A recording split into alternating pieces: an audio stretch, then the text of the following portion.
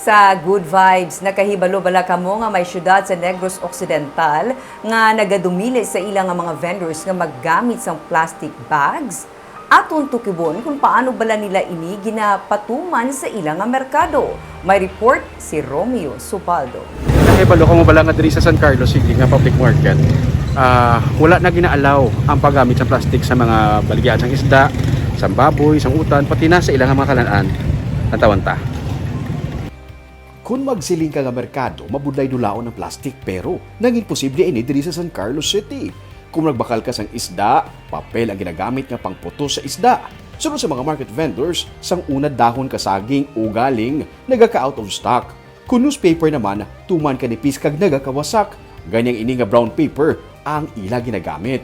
Pero na saging. Primero katong kuan, katong wala man. katong Kawadaan. periodiko man yan ipis, nabutangan na mo tog dahon sa binunga.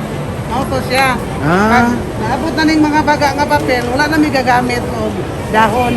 Nagsugod lang ini kuno sa pa-contest ang syudad para mahaylo sadto ang mga vendors nga likawan na ang paggamit sa plastic kag nanging kabahay na inis ang ila nga pangginawi.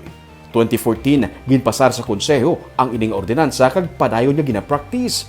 Kutob sa mga commercial establishments, fast food outlets kag vendors sa merkado, ang hindi pwede makagamit sa plastic cellophane kag sando bags bilang packaging materials. Ang first prize, may premium nga TV. Second prize, player, DVD. Ang third prize, electric pan, stand pan. Kano ka mong first prize? Moto nang isog yun mi, nang libasog yun mi nga mudaog mi kay kada adlaw man sila nag-observe.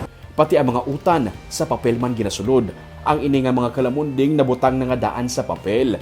Ang kada masugatan mo nga nagapanindahan, net ang bitbit o kun eco bag. Sa meat section naman sa merkado, papel man ang ginaputo sa karne. Pagkatapos puto sa papel, may ginabugdot na ang customer nga eco bag nga iya ginabalon. Ininaabi ang kinangda nila sa pagpanindahan. Aga balo na kamudaan ma'am sang bag, ma'am. May eco bag na kamudaan. Harap na eco bag. Yari lang ka. Wala pwede lang. Mamay nito Bakal ka na. Kag sa mga karinderya, naanad na sila nga wala nagagamit sa plastic sa pag-take out. Ang ini nga babae nga amo na abtan, may dala nga kaugalingon nga balunan. Tasugod ko no na maguhan man sila. Pero sa dalayon, kinaangdan na nila nga magbitbit sang balunan para mag-take out. Mas matilo pa gani kuno ang ini nga panggawi. Limpyo po kung magdalami ka mo ang balunan. Mas limpyo, mas sure ka nga tinlo ang burutangan, mas limpyo.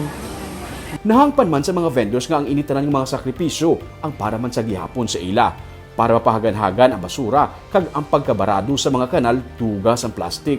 Ang ila ato gud ang hugaw ba ang plastic masulod sa imbornal.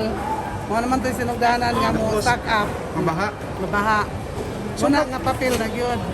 Isa ini sa mga rason kung nga agin bansagan ang San Carlos City bilang soaring green city of opportunities.